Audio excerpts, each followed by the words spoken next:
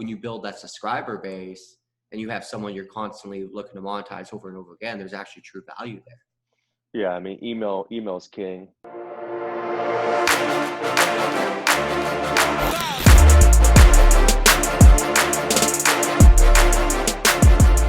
Welcome to Seven Figure Entrepreneur Podcast, the #1 podcast bringing you behind the scenes with real online earners. No fake gurus here. And today we have the fresh out of the gym. He just finished the workout, he said. And he's got a little sweat. Yeah, he's ready.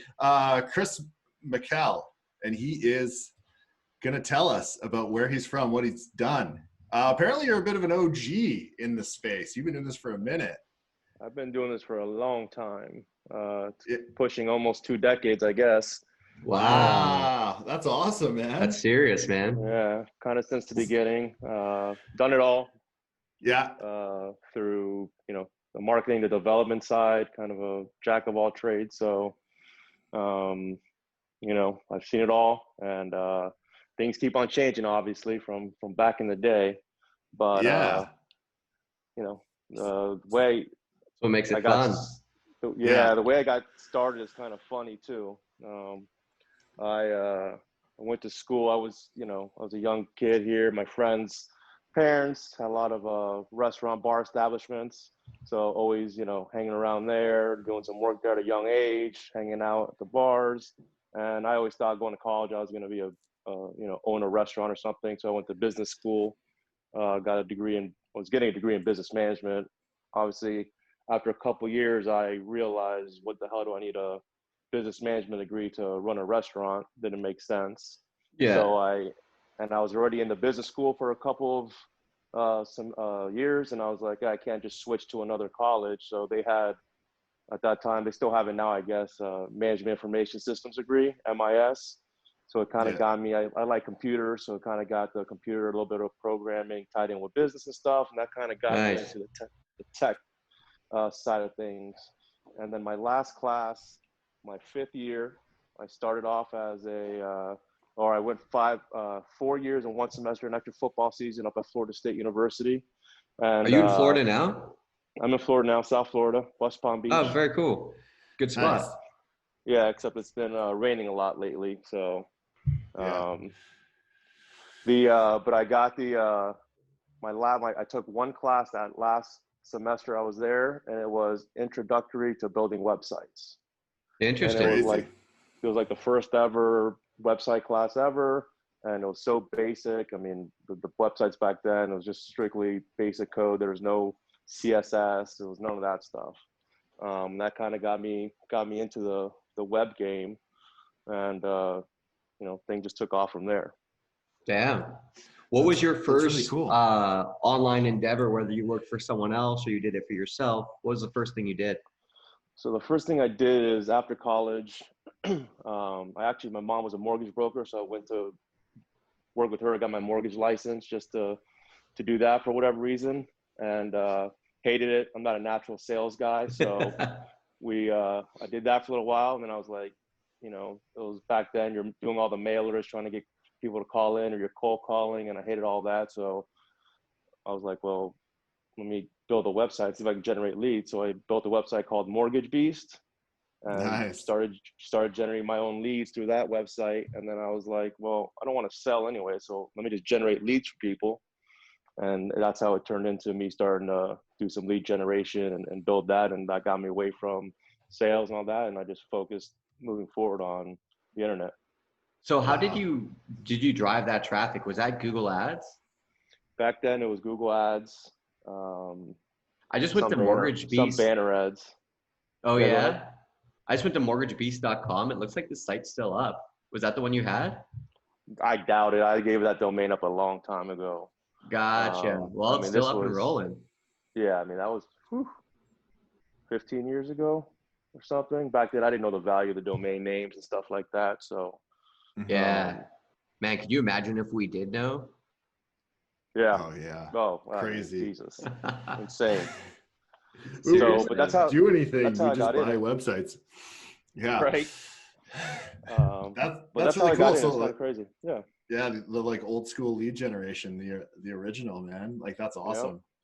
Yeah, So it's as really far good. as generating leads, would you just kind of talk to your mom's friends that were also brokers and be like, hey, I'm generating these leads, I'll sell them to you? Like, how much were Yep. you selling them for? How did that whole thing work? Yeah, so I was actually first when I did it, I was generating for myself, and they were good quality.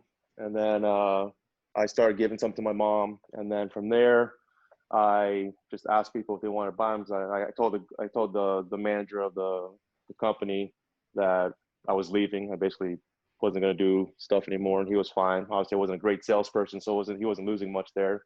But then I said Yeah. I could generate leads for him, and he said, "Why not? I'll give him a try." And so they were like my first client. And back then, I mean, I think we were selling them for, I think it was $5.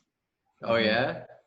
$5 a Damn, lead, a steal. which was actually, yeah, but back then it was actually pretty good. It's a lot Yeah? easier to generate leads back then Yeah, I than bet. now. The competitive landscape wasn't as bad, and the leads were good quality. You know, it wasn't they didn't Yeah. know they didn't have a lot of stuff. They weren't entering leads and 8 different competitors. I mean, you got someone to fill out your form. It was a pretty quality lead, and I No wasn't. doubt. I mean, I didn't, and I wasn't a business guy back then. Obviously, over the last 15 years or so, 20 years, I've grown into that, but I didn't know the value of that or the value of, lead gen companies. They're selling multiple leads, or is an exclusive lead. And I was giving them exclusive Yeah. leads, not realizing I could sell it a few times or charge them more. I was just happy to, Make some kid money. freaking making some Yeah. money, not having to talk to anyone. It was great. So, So so you did that. Did you end up like just getting out of the business, or what was your next transition after that?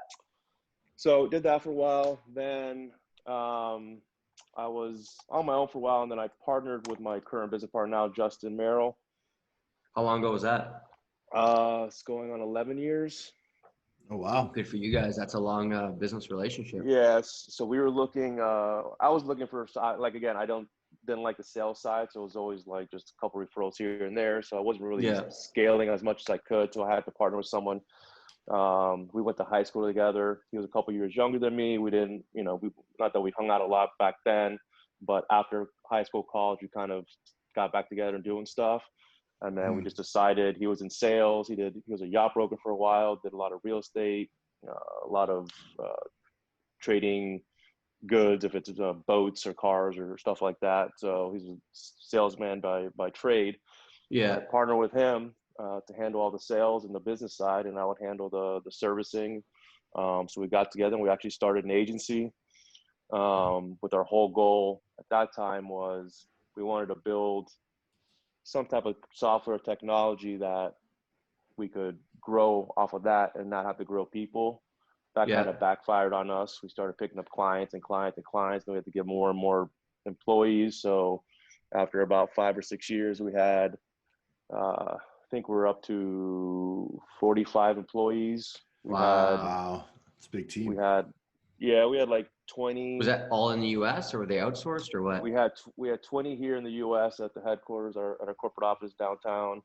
We had 10 like remote people around the country that worked for us, and then Yeah. we had a team of 15 programmers in Moscow that did all of our development work. Oh, nice. Interesting. Russia, huh? Yeah, Russia. I've done some Um, Eastern European, which obviously like not the same, but like well, I don't know, but overall I found the quality like I like that over India when I go yeah, no, outsource. they're very talented. They're Yeah. good. They know what they're doing. Ukraine's very good too. I know some people that use people in Ukraine. The only problem with going over so far east is the time zone difference. So you have your, Yeah. you have to weigh your benefits and the drawbacks. So it's good because like you can give them something and they'll knock it out while you're sleeping. You wake up, it's like, oh look, we have a new feature. But then if Yeah. something shits the bed or hits, then you're fucked. You're like, oh Yeah. god, how this guy's sleeping? How can I get someone up? You have to like try to freaking put like a big Yeah. alarm in their bedroom or something to wake them up. So So we you kind of guys started found that you guys started that business from scratch. As far as like, if you don't mind me asking, revenue wise, how big did you guys grow it? as far as the agency goes, I think we topped out probably just like 3.5 million. It wasn't anything big. Nice. It Yeah. was whatever it was what it was too much work for what we were making. So that's where we got back to getting out of that space, slowly downsizing and getting 100% into publishing. Nice. We started generating leads for ourselves and building our publications and our subscriber base. And, over the last 2 years, it was rocky in the beginning. We downsized and took a big hit. And then in the last 2 years, we've made it back and then some. And now we're up to about 1 million subscribers. Wow. Are they across all active? Across all active. Wow. Is that just US? US, yeah, we only do US. We don't do any European. I mean, I'm sure there's a few stragglers in there from like the UK, Canada, but it's basically, it's all English and basically all US based. Good for you, man. So now we've been doing that, and our team is very small. We have a few remote people. It's just me, my business partner, our right-hand lady, Amanda. And then we have a few, freelance people that do content writing for us. And then a few other people that do things for us. But besides that, we've developed a very good process as far as data acquisition goes, and content production, and the newsletters and everything that's going out. And it's running super smooth now. And now we're just trying to keep on scaling, trying to grow the subscriber base, because at this point, we don't need much more infrastructure, as long as we can grow our subscriber base, our margins are just going to keep on shooting through the roof, and they are, already doing pretty good right now. No doubt. Nice. So 1 million subscribers, man, do you drop, when you send one email, does that go to all 1 million, or do you have like multiple publications? We have multiple publications. So our biggest publication, it has probably 300,000 active. So our average publication is about 200,000 active. Yeah.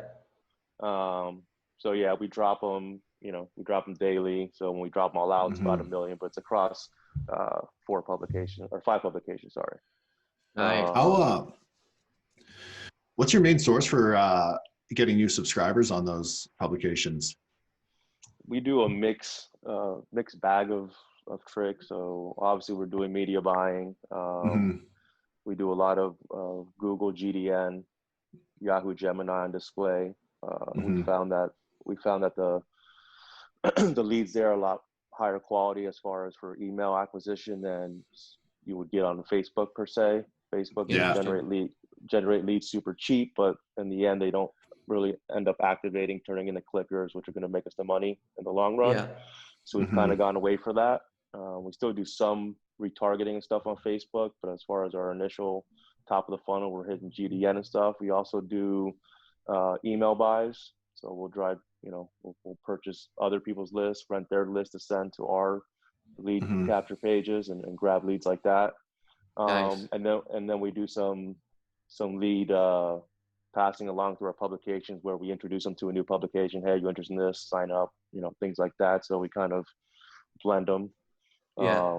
If they, depend, because they're all different categories, right? So one might be politics, the other one's good news website. We got a health website, so there's different interests there. So we try to activate across as many as we can. That's awesome. So like we actually just had, do you know Jalen White? I do not. I probably know. John Valenti introduced us. He's like 23. He has a bunch of publications too.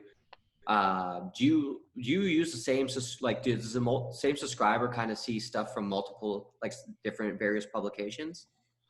I've done research on it based on our data sets, and we might have about only a 15% crossover. Gotcha. Interesting. In all of our publications. Yeah. Because they like what they like, so they'll unsubscribe if they don't like what they're seeing, and then it's not really. We do some other smart stuff too, because we don't want them across all of our publications. Yeah. So we do, when we're trying to activate people through our email list, our own internal data sources, we aren't sending. We send to people that haven't been active in a while. So we're trying to reactivate people on something else that they might like because they haven't done anything on this site. So it's not like we're trying to get them activated on 4 of our publications at once. Gotcha. We're using the what we call our vintage people, and mail them to try to get them to activate on a new category per se. Gotcha. Oh, interesting. Yeah. Dude, so that's pretty cool. 1 million subscribers. And then as far as the monetization point, do you guys hit CPA offers? Do you have companies like Gundry and Agora do CPM buys? Do you guys focus strictly on content? Kind of what do your guys, how do you approach that? So in this space, you got to do them all. You got to Yeah. monetize everywhere you can. So we're making money on CPA offers as need. We work with a broker who reps our list. So we do CPM buys Cool. on all of our lists. Then we do CPAs to fill in or to use as different call out action points in different newsletters or funnels that we have. And then we do work with email ad companies like Power Inbox, Live Intent. Tried a couple other people. I won't mention their names. Not very good. But we're testing different people, as well as running our own internal ad units in the newsletter in place sometimes. And then from that, that's just all pretty much email centric. And then obviously on the website, we got our Google AdSense, which generates pretty good revenues. And we're testing out a couple other ad networks, running their native ads to see if they can do as good or outperform AdSense. So, any luck on performing AdSense, or is it still in beta? We're in beta right now. We have one native unit that's outperforming the native widget from AdSense. I want to say we were about $6.50 from AdSense, and we're up to like $9.50 on this one we're testing right now. CPM? Yeah. It's pretty good. Wow, good for you, man. Dude, that's pretty strong because AdSense that's a big jump. Whole, yeah. Seems pretty good at monetizing. It's almost a 50% increase. So we're happy with it. It just, is it going to stick is the question. Yeah, obviously, that's true. Obviously AdSense has all the traffic in the world. This partner, we don't know how much traffic they have. I mean, they seem very huge and very big, but if they don't have enough variation and if anything starts getting stale, I can see that number dropping. But it's been holding steady. It's been holding steady for a few weeks, so we'll see how it goes. Nice, man. That's awesome. It's very interesting. Like, I love the publication model as a whole, simply because when you acquire that user, and Gabe comes from the media buying world. What Gabe's really good at is scaling very quickly. And it's cool because you can make a couple $100,000 profit in a month, but then you can also have months where you go dry, just because when you're tweaking stuff, Facebook's, having an issue with your accounts, the elections come in, your margin gets chewed up, like so many things can happen. But when you build that subscriber base and you have someone you're constantly looking to monetize over and over again, there's actually true value there. Yeah, I mean, email's king. We realized that quite a while ago. I'm sure Gabe saw that when what happened 2 years ago when the clampdown, or a year and a half ago when the clampdown on Facebook happened, and freaking all these strong direct buy CPA offers got crushed. And I mean, we had a network as part of our agency, where we were running a bunch of offers, and we had one buyer, one affiliate, huge super affiliate that was running, can't remember what campaign it was. I think it was some type of blood pressure campaign or something. And he was doing, I think it was $50,000 a day or something. Wow. Yeah. Wiped out. And then they fired all their people. They got down to nothing. They wouldn't approve anything. So it killed everyone. And now the election crap's going on, and that's been a disaster. And Corona, man, I feel like they fired half their team, and it's impossible to get anything done because the safeguards are super cranked up right now due to the election. but Right. there isn't the support there to back it up. So everyone's getting caught in the crossfire. It's pretty funny, man. Like I've been doing this so long, I don't get pissed off at it anymore, but it's just like, wow, like stuff's just getting axed. Right. But that's why, if you own someone's email address, they can't shut you out. I mean, yeah, you can get you blacklisted or whatever if you're doing some shady stuff and you're not cancel compliant, but in the end, Facebook changes their algorithm, you're screwed. Even if you build, especially organically, right? It's like, I mean, obviously their genius says, hey, build up your organic stuff and look at all this traffic, and they'll realize, hey, let me just push this button. I got to pay for it so them to see it. And, Going back to email, let's talk about inboxing a little bit. So I send a lot of email, and I've always, like, a lot of people have asked me when it comes to inboxing, like, how do you inbox Gmail? How do you inbox Yahoo? What would your answer be to that? Number one is make sure your data's first party, so that if you, I mean, I've done it all. I've been there. I've tried third party stuff through partners and rev share deals and things like that. But this is especially when it comes to Gmail, it doesn't work. And if you start off on that foot, you're not getting back in. So Gmail, you got to build slowly and you got to grow it. And you got to have engaging content. Mm-hmm. So Gmail is one of those that, it's more about the quality than anything. Then besides that, you just got to have, it all comes down to obviously your engagement metrics. You got to have high open rates and high click-throughs. If you're not getting that, you're not inboxing. And then, I mean, there's no magic to it, you just got to test different subject lines, I personally like doing less imagery, more text, more content is better, I think, for inboxing.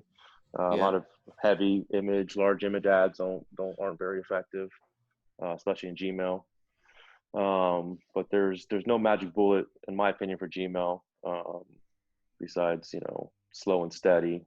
There's some tricks of the trade for Yahoo and AOL and things like that. But, in the end, I find that long form content works better than short form or image based. So long form, like text, as opposed to image long based, form like text, you're saying. right? Yeah. Right. So newsletters are good. I think newsletter content's great. You want to limit your links. You don't want to have 500 links in your emails, obviously. Less links, the better. That's pretty much it. I've always been a huge proponent of engagement too.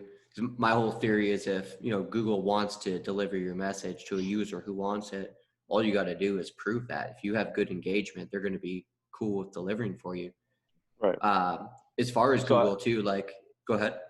I was just saying, so the biggest thing is the engagement. So you gotta make sure your list is managed correctly and fresh. So I used to be what we call a 60-30-10 person. So nice. 60-day clicker, 30-day opener, or 10 days new in the list. That's my active list. I don't send to you if you don't fill in those boxes. Where some people so basically you just keep on mailing that segment. You give new users 10 days to open or click. If they don't open or click, they're gone. And then if someone and then if 60 days to click or 30 days to open, those are the only people. That's a nice active segment right there. Right. So that's what I used to do. And that's some people don't realize that, right? A lot of people that get into it for the first time, they're just, I got a new email, I'm just gonna keep on mail. And mail 100 times, that single open, that obviously kills your engagement, and they don't want that crap. So now I've even gotten shorter. So now I'm down to, I do 30-15. So 30-day openers, or 30-day clickers and 15-day openers. And then I only do 3 days to activate. Gotcha. And then cut it out. I've come down more to keep my open rate super high, and my people hyper engaged to keep the inbox open. What made you do that? You just saw the engagement was better and delivery was better, or was something you noticed going on? Well, so what I saw between the 60-30 and the 30-15 was obviously the engagements were higher in the 30-15, but as far as the monetization on the ad revenue side, on email generation, on the CPA generating revenue, any revenue points I was looking at, I wasn't making much more setting 60-30 than I was 30-15. 30-15 was still my hyper segment that was making money versus 60-30. It was a bigger list. So yeah, if I'm selling CPM to someone, I can send out more, but doesn't mean that it's going to back out. Totally.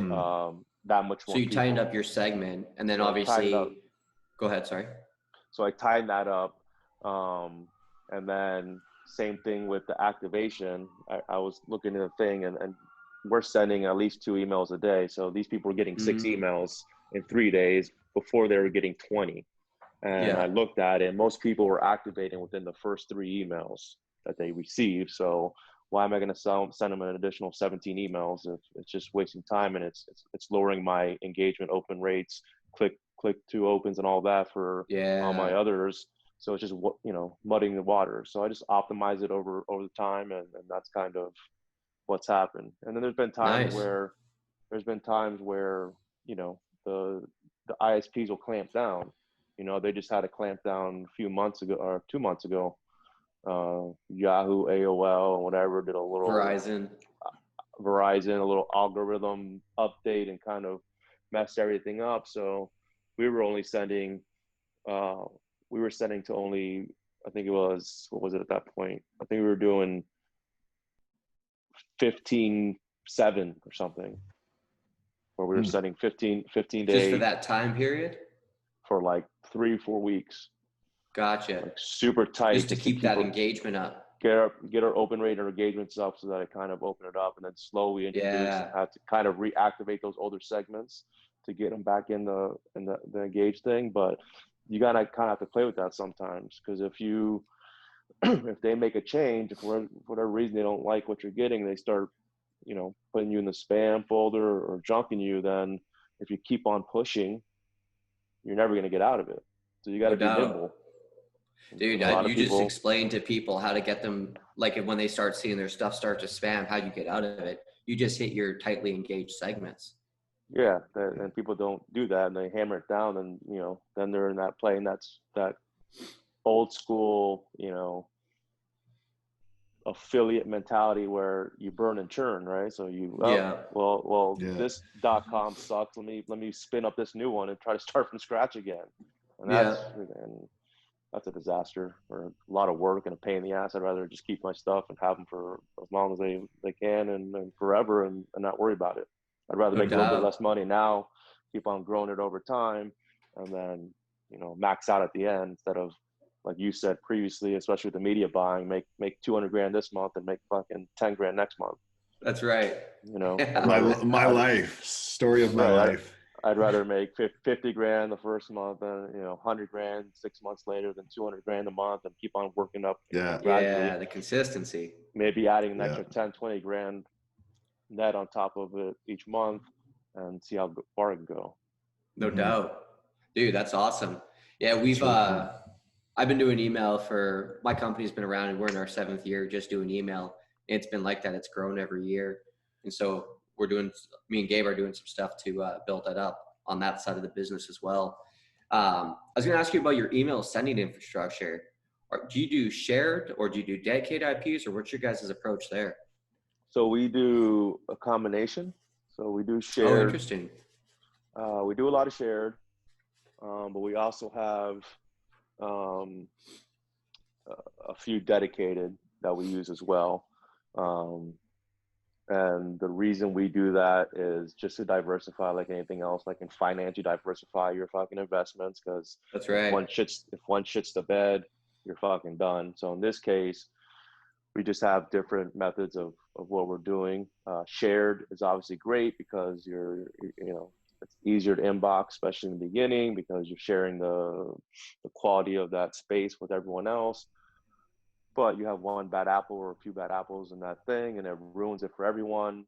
And you might have been nothing wrong with you, but some jackass that they let on their system start doing a bunch of crazy, shady stuff. And now the next thing you know, you can't deliver your own stuff and you're pissed. You're Yeah. talking to them. You can't get an answer because they're dealing with fucking 500 other people trying to get them going. And so we try to balance, even out between a couple different shared hosting and then some dedicated IP sends that we do.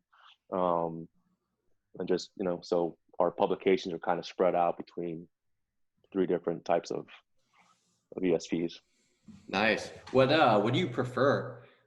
We were big time shared people, but we've always wanted to have dedicated simply for that reason. You're more in control of your own destiny then, especially when your setting habits and patterns are good and that you don't cause problems for others. We haven't really put enough focus on it. There's something we're doing now to build that up. But on your end, like, do you find you get better pricing when you do dedicated? Or are there any like advantages other than just the fact that you kind of control your own world?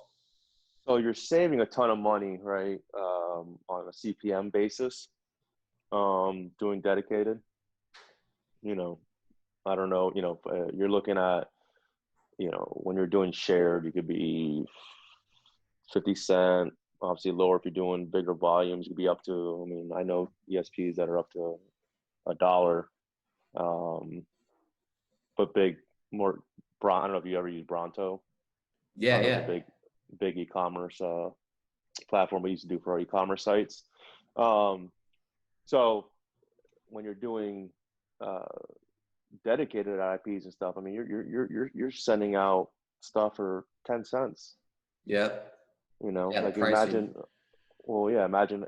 you can simply do it through Amazon SES, right? Set up an Amazon SES account, spin up an instance on some sort of email software.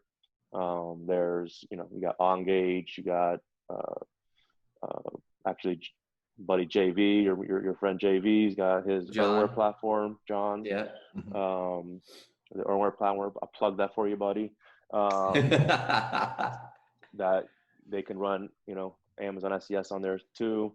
So you just need that software. There's also the only problem with that is if you don't have your own software, there is an additional expense for that to manage it. So you kind of have 2 expenses, but it still comes out cheaper than if you were doing shared hosting.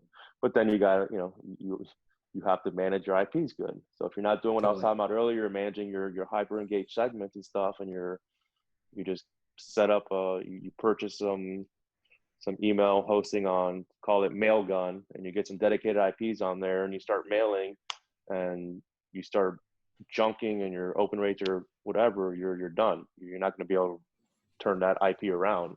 So it's more than you have to be very, very disciplined and wary of what's happening when you're on dedicated more than shared. Shared, there's a lot more flexibility as far as messing up or not doing something. No doubt. As far I know, you get a shout out to Earnware there. Any recommendations for ESPs you think people should check out if they want to get in the publishing game? I do a lot with Earnware, obviously. If you're looking for, trying to get in dedicated space, you can try out Amazon SES, Mailgun. I'm doing some tests on. I've tested so many of them, but you got to be careful because not all these ESPs allow you to run ads, run offers. A lot of your well-known, I call them retail level, Constant Contact, MailChimp, all these ones that like everyone knows that are very user friendly, don't allow any of that stuff. Yeah. They shut you down quick if they see you're trying to add power inbox banner ads on your newsletter, which to me is crazy. Like you can't monetize your newsletter. Regardless of how good your open rates are and how low your complaints rates, they don't give a fuck. No. But I've tried Maropost before. They're okay. Aweber, up and down. Yeah. Played that AWeber game myself. Yeah, I've played every game out there. Yeah. What about as far as like your open rates and your click through rates, and your complaint rates for that matter? Do you have internal targets or like variations or variants that you try to stay within? And so if it goes a little bit below that, you tighten it up, or do you guys have any internal metrics like that you guys use? Yeah, so complaint rates need to be under 0.1%. So anything over that is an issue, red flag, and we got to pull back on our data acquisition or whatever we're doing, or tighten up our segment as far as how many times we're sending to the people, just to lower that before we keep on sending. Because if you're over 0.1%, that's quite a few complaints, and if you keep on doing that, that's when you'll get in the doghouse. So you got to be careful.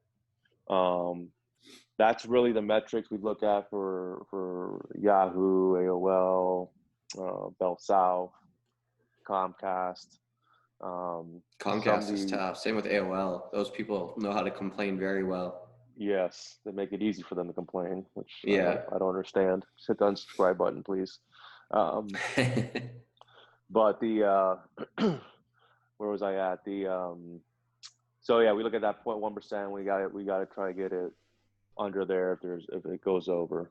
Our open rates, we have different metrics based on which publication we're doing. You just got to see what your historical numbers are. So if we have like our goal right now is 25%. We want to be over 25%. So we monitor how many times a week. We have a weekly meeting. Every meeting we're looking over these numbers. How many times were our opens under 25%? So if we start seeing a spike that too many are getting under there, then okay, well, let's tighten up our segment we're sending to. Let's try to increase that engagement, increase our open rates again, so we don't go under. Obviously, if we see anything under that, so 5 or 10 point difference. So if it's under 20%, we know there's some big happens. Gotcha. There's been some sort of shift or change in the market, or at AOL or whatever. Algorithm did something, so then that's when we get on the line and we ping our ESPs or whoever to be like, hey, what's going on here? Is this something you guys are seeing across the landscape? Is it just our accounts? Like, what's going on here? And then based on their feedback, we either make adjustments on our side, or they're making adjustments as far as like it might have been some hiccup with them and the ISP as far as how much volume they're delivering to the ISP, and the ISP can't handle it, or they're not accepting that much from them because of whatever reason.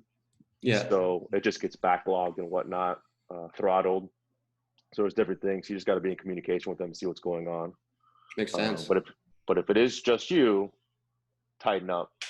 Yeah. Makes sense. What so as far as click-through rates, you guys have internal targets for that? And then the thing we've been trying to focus on as well is the unsubscribe rate. So the click-through rate is like a multiple of our unsubscribe rate. Okay. So our click-through rate, we want to be between 5 and 10%. Anything under 5%, we're not happy with. 5% of people that open, or overall? Click to open. Yeah, I don't look at overall. Overall doesn't mean anything to me because it doesn't matter. Click to open is really the metric that we look at. So we want to be above 5%, shooting towards 10 if possible. Obviously, there are different types of emails you send out. Obviously, you're sending out a newsletter. We usually have a lot higher click to opens than if we send out a direct advertising piece from an advertiser. Yeah. So we're looking at that for that. And then as far as our unsubs, we don't, we don't manage that as much as we probably should as far as having targets of what's too much. Gotcha. We really just look at our overall list growth. So we're looking what our active segment, if it's growing or if it's attriting. And then based on that, we're just pushing, we push that we need to acquire more data to grow our list because we're not getting enough new data in, or vice versa. So we don't have like we want to keep under 1% or whatever the metric is. What do you guys look at as far as the unsubscribe rate? We have, I'd have to check, but we have like we want it, I think, to be at least like 3 or 4 times more people clicking through than actually unsubscribing. And some offers pay so well that it's like a 50-50, you know what I mean? Right.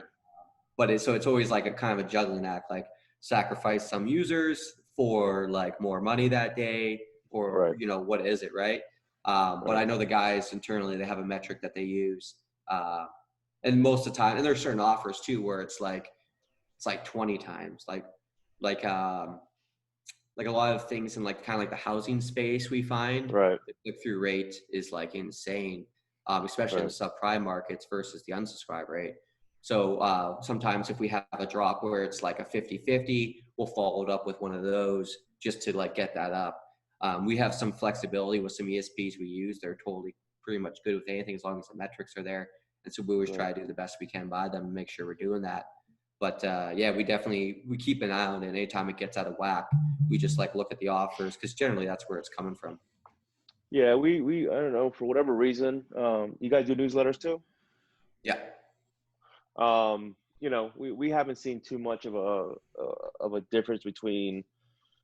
I mean, occasionally you'll see something, but our unsubscribes from a newsletter versus a direct piece, dedicated piece isn't too much different. So we're not seeing big spikes either way. So to us, we have a normal attrition rate, and we just know that, no matter what if we're not adding new emails, we're gonna lose 20% of our list basically. A month. So we just got to keep on investing and turning keep and it rolling, keep it going. That makes sense. Cool. And then that's why we try to re-engage them in different categories. We've already got them once, so let's send them, try to push them to something they might like. Totally. That's how we kind of get them back. We might have lost them, but let's try and re-engage them and then get them somewhere else. I like that, man. That's a good little tip right there, because then you just get more life out of a user you've paid for. Yep. That's what all the big boys do. That's what all these that's what Agora does, Archamax does, I mean, that's a good approach, man. I was looking at Archamax the other day. They got like 50 something categories of newsletters, publications. Yeah. Everything, any regular topic you can think of that you would see like on a news website. Then they have like the horoscopes, and then they got the this and the that. It's crazy. Everything. Yeah, dude, that's wild. I bought traffic from them before. It's been pretty good, actually. Yeah, I was helping someone, and they were in the weight loss space, and we bought some traffic with Archamax. It worked out pretty well. Do you guys, like, as far as if anyone's listening to this and they want to buy some email newsletter drops from you guys, is there a way to reach you, or how does that generally work? Yeah, they can go to our website, sovidigital.com. It's S-O-V-I. How do you spell that? S-O-V-I. S-O-V-I, Victor. Digital.com. Awesome. The So is for Sophia. The V is for Victoria. Victoria is my daughter. Sophia is my business partner's daughter. Oh, that's cool. Oh, nice. That's how we came up with the name. And we get them in touch with the right person to if they want to rent out any of our lists. But we're also we're launching new publications all the time. Nice. Cool. And what we're doing, it's a kind of a quasi, we call it a franchise. Thinking about doing like a franchise type thing. Where we're trying to find people that are passionate about a category, that want to write content or whatever, and kind of build their own blog up. Nice. And they their own publication. Right. We'll teach them how to do it all. We'll set up all the infrastructure, and they basically just have to produce the content. We'll teach them how to send out the newsletters. They'll send out the newsletters. And then we'll worry about the data acquisition and all the activation and doing all that stuff. And then we'll do a rev share with them. Dude, that's awesome. Smart. So if anyone out there is, if you know something really well, you just don't understand the mechanics, this might be a great option for you. Yeah, we just started, we just launched a Christian publication. Nice.